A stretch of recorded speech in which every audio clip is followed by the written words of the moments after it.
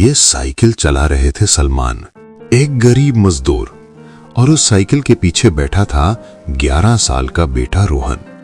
सलमान हर रोज सुबह उठकर काम पर जाता था, लेकिन आज वो रोहन को स्कूल छोड़ने जा रहा था। रोहन ने पूछा, बाबा आप इतनी सुबह उठ जाते हो, थकते नहीं हो? सलमान हल्का सा मुस्कुराया, बेटा थकान तब होती है जब कोई सपना ना हो, मेरा सपना तू है। रोहन चुप हो गया, लेकिन उसकी आंखों में एक चमक आ गई। जिंदगी की हकीकत।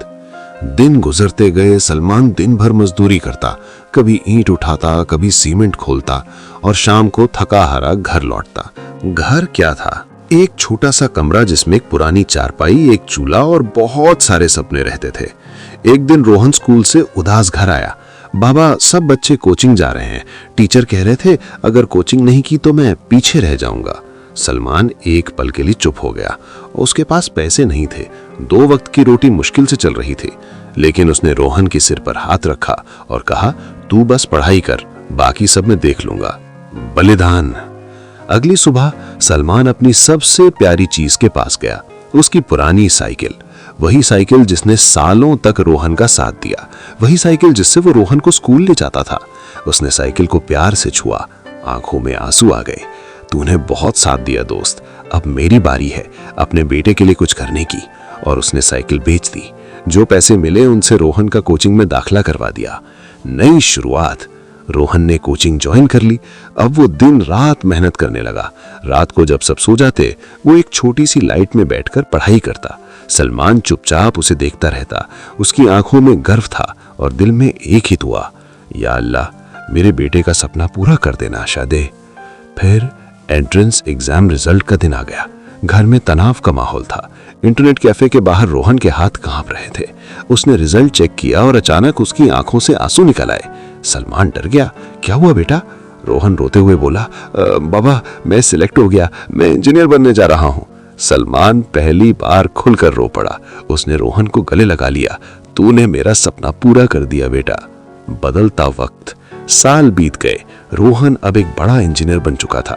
शहर में उसकी नौकरी लग गई। अच्छी सैलरी, बड़ा ऑफिस, एसी कमरा। उसकी जिंदगी बदल गई। एक दिन सलमान ने फोन किया, बेटा कब आ रहा है घर? रोहन ने व्यस्त आवाज में कहा, बाबा अभी प्रोजेक्ट चल रहा है, अब बाद में बात करता हूँ। सलमान चुप हो गया। ठीक है बेटा, अपना ध्यान रखना। इंतजार।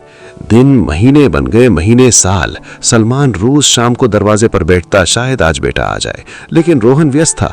मीटिंग्स, पार्टियां, जिंदगी, उसके पास समय नहीं था। एक दिन रोहन को एक कॉल आया। हेलो, क्या आप सलमान जी के बेटे बोल रहे हैं? रोहन ने कहा, हाँ, आपके पिताजी की तबीयत बहुत खराब है, जल्दी आ जाइए। रोहन के हाथ कांप गए। वो तुरंत गांव के लिए निकल पड़ा। आखिरी मुलाकात। जब वो घर पहुंचा, सलमान चारपाई पर लेटा हुआ था। सांस धीरे धीरे चल रही थी। रोहन उसके पास बैठा। बाबा मैं आ गया।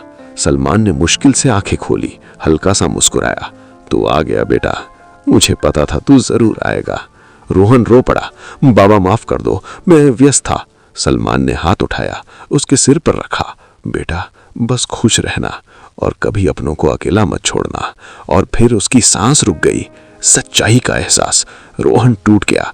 उसने घर में इधर उधर देखा, हर जगह उसके बचपन की यादें थी, और एक कोने में उसे एक पुरानी रसीद मिली, साइकिल बेचने की रसीद।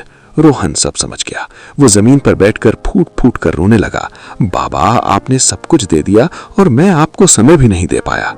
अंत। Powerful message. उस दिन रोहन ने एक फैसला लिया। उसने अपनी नौकरी छोड़ दी, गांव में एक स्कूल खोला और हर गरीब बच्चे को मुफ्त में पढ़ाने लगा, क्योंकि अब रोहन का सपना बदल गया था। अब वो सिर्फ एक इंजीनियर नहीं, अपने बाप के सपने का सच्चा वारिस बन चुका था। बाप कभी अपने सपने नहीं जीता, वो अपनी जिंदगी अपने बच्चों के सपनों में जी देता है।